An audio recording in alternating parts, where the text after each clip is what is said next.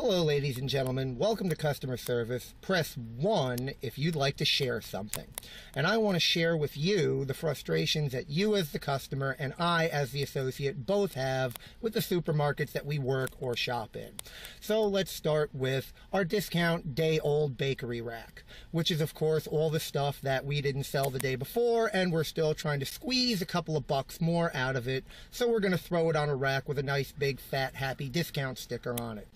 I do approve of the idea. I do buy bread off of it, and I do find that it does preserve under the right conditions. Unfortunately, the location of it is usually right in my way, in my dairy section, so that it's around a blind corner where you see a lot of old elderly people who can't make up their minds about much in 5 minutes to begin with.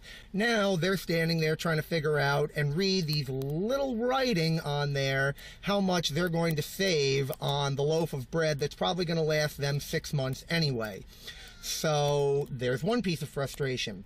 Then, of course, we have the aisle stacks or tie-in items. No, not the tie-in around your neck, but let's say you're in the soup section and you see a stack of store brand, because that's what it usually is the private label stuff, the cheapest thing that they can force out there, a stack of crackers next to your soup or croutons next to your salad dressings, stuff like that. Now, of course, America's getting fatter, so they widened the aisle some years ago, but now they've decided that much like America likes to fill its arteries with greasy cholesterol-filled crap, we're going to fill the aisles with somewhat sensical, I won't say complete nonsensical items, and forcing you or trying to get you to spend more money.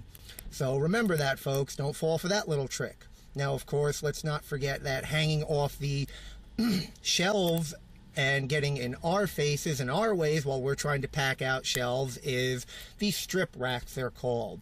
No, not the kind of strip rack that you're thinking of right now, but the strip rack that is filled with something like, let's say, water balloons in the water aisle. Yes, there's a cute idea. Let's take the bottled water that is admittedly needed to be clean and fresh in some parts of the world and dump it in so that our rotten little brats can run around and cool each other off with $3, $4 for a 24-pack of whatever filled bottles of water, instead of going to the sink where it's still free, and last time I checked, fluoride does not burn your eyes.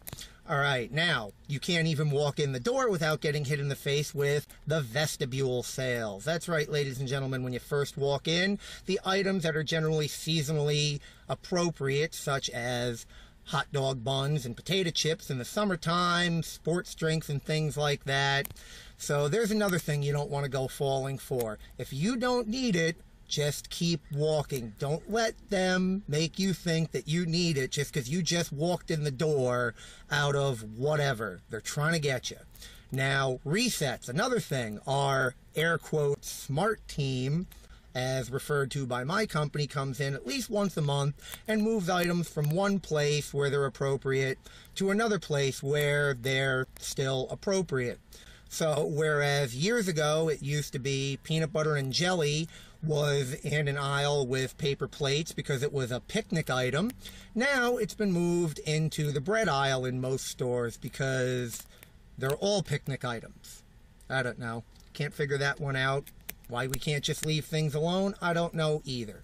But then it usually causes items to not be on the shelves and for you, the customer, to not be able to find it. And they don't tell me, so I probably can't help you very well either.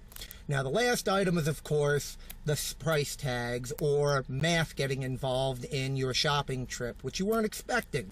So instead of saying 50 cents a piece for something on sale, it says 20 for 10. And since most people don't want to do the math, they usually wind up getting frustrated and asking if they have to buy so many. No, ladies and gentlemen, it's a trick. Pay attention to the tags, or just bring your calculator. It's usually on everybody's phone anymore anyway, and do the simple math. All right, ladies and gentlemen, I've hopefully helped you out here today instead of berating you with my opinions about you. So, I am the Reverend Baby Huey, and you have a great day.